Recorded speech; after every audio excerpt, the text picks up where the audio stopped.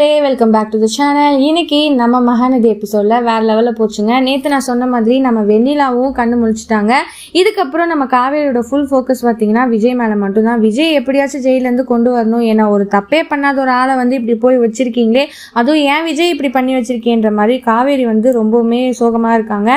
இந்த பக்கம் போய் வெண்ணிலா கிட்ட கெஞ்சுறாங்க, நீ மட்டும் சொன்னால் மட்டும்தான் விஜய் வெளியே வர முடியும். பசுபதியும் நாங்கள் தேடுற வேட்டையில தான் இருக்கோம். ஒரு பக்கம் காவேரியோட மாமாவும் சரி, நிவினும் ஒரு பக்கம் ரோகிணி சரி, எல்லாமே பக்காவா பிளான் போயிட்டு இருக்கு. ஸோ இந்த விஷயமே வேற லெவல்ல போயிட்டு இருக்கு. இனி விஜய் வெளியே வருவாரா மாட்டாரன்ற மாதிரி.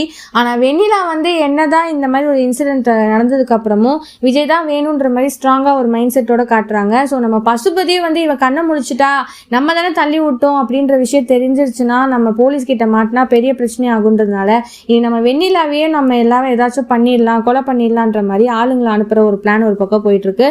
ஸோ எபிசோடே தீயா பறக்குது. ஸோ அப்கமிங் சீரியல்ல இதுக்கப்புறம் விஜய் தப்பு பண்ணல, நீங்க தான் எல்லா தப்பு பண்ணீங்கன்ற மாதிரி காவேரியும் ஃபுல் சப்போர்ட்டா இறங்குவாங்கன்னு நான் நினைக்கிறேன். வெண்ணிலாவும் ஒரு பக்கம் இந்த பக்கம் சப்போர்ட் பண்ற மாதிரியும் இருக்கு, இந்த பக்கம் மாத்தி பேசுற மாதிரியும் இருக்கு. ஸோ எல்லாமே வேற லெவல்ல போகும்னு நான் நினைக்கிறேன். ஸோ இந்த எபிசோட் பத்தி நீங்க என்ன நினைக்கிறீங்க? இந்த மாதிரி லைக் பண்ணி ஷேர் பண்ணி கமெண்ட் பண்ணுங்க.